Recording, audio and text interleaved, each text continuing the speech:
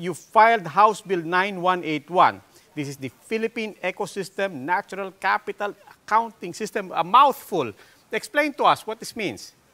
Itong proposed law na ito, ipapatibay, it will strengthen, it will expand, papalawakan, ipapalawak, at ma-institutionalize ang mga sinimulan na ng Philippine Statistics Authority na nung sila'y nagbagong organisa, ay nag-create sila ng isang special unit para i-handle yung tinatawag na Philippine Environmental and Economic Accounts. Alam kong sa mass media, gaya ng telebisyon, hindi dapat tayo masyadong komplikado. Baka hindi po tayo maintindihan. I will try to simplify. Ang pagsukat po ng ating mga ekonomista ay sa ating ekonomiya, sa products and services ay, di ba, GNP at GDP.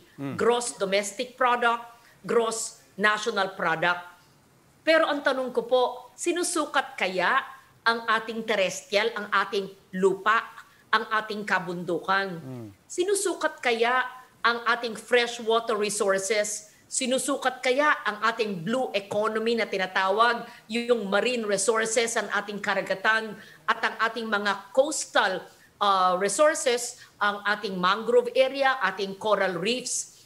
Ang tanong ko po, kung hindi natin susukatin ang mga ito at hindi natin alam kung ano ang ating likas yaman, paano natin protektahin? Hindi ba? We cannot protect something that we do not know exists or we do not measure.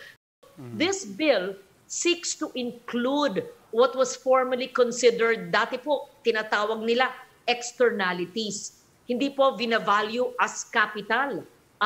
Pero sa aking panukalang batas, ito po ay masasama sa national income accounts. Kasi yung conventional national income accounting system, sinusukat lang nga economic performance by determining the value of goods and services produced in a country, putting them together, aggregating them to come up with yung mga indicators na binanggit ko, GDP, GNP, all of that. Pero actually, it does make sense. It really does make sense kasi when you, di ba, when you look at your assets, you also evaluate your land and its potential, di ba? It really does make sense. But I suppose yung tanong ng marami, including Robbie, if I read him right kanina, is that how do you operationalize it? Kasi I would imagine it's easier to evaluate or assess your land, 1,000 square meters, 500 square meters, versus evaluating 200 nautical miles of EEZ or 3 hectares of jungle. That's much more complex. I suppose we're trying to look for a peg. How exactly would you or could you do it? Or is there an example already of that being done? Una po, pwede po natin sabihin yung pag-estimate sa mga paninira o damage pag masira ang natural resources. Paano yan masusukat? Damage estimation. Parte po yan ng aking panukalang batas. I'll read it. Damage estimation. Damages incurred because of the loss of our natural ecosystems. Example, sa Tubataha. Yan. Yung sumadsad. Nasira po ang ating mga reefs, di ba? Ayan. Meron tayong estimate, cost estimate per square meter, kung magkano ang bayarin. Yan ang magandang example. Pwede rin, pangalawa, yun po yung pag-estimate ng damage. Meron din pagsukat po ng cost avoidance. Ibig sabihin po, yung mga cost avoided with the presence of ecosystems. In short, pag-preserve natin ang ecosystem, ang kabundukan, ang biodiversity, pag-pure ang water, pag may water supply, pag may water flow regulation, mas maganda ang buhay, lalagyan din ng cost yan.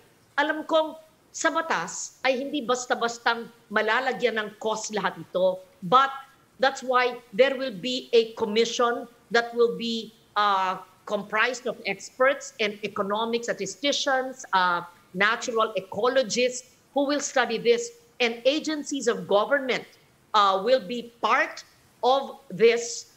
They will have this capital accounting units in every department like DNR, Department of Agriculture, so that they can come up with the data needed for this. Alam kong ito'y bago, maaring hindi madali, pero ginagawa na po at sinimulan na ng United Nations ngayong taon. At sabi ko nga, ang PSA ay meron ng unit. So parang gagawin natin model yung unit under the Philippine Statistics Authority at ilalagay po natin sa ibang ahensya ng gobyerno para ito'y sukatin. Okay. But how will this help us, okay, on the ground, really? How will it help us plan or probably articulate our policies or operationalize our laws better, knowing how much it costs and kumbaga, what is the extent of applicability of such an exercise as, you know, putting up a value to our natural resource? Wow, that's so important. Sa bawat galaw ng ating ekonomiya, sa ating extractive industries na tinatawag, sa ating pagprotekta ng ating protected areas, and we have what, 107 of that by legislation and many more that have not been legislated. Yan ay i-input natin. May silbi sa bawat lingon mo, pag-aaralan sa DepEd, malalaman ng kabataan, makikipag joint venture, pribado man o pang-publiko, yan ay i-input. Pang-leverage mo no? Pang-leverage mo rin yan di ba? Wow. Pang-leverage mo, di ba? When you're negotiating with, you know, another country or another foreign firm or investor, di ba? Correct. And Lucia, yes, I'm not just thinking also of pesos and centavos here. I'm thinking of protection and conservation.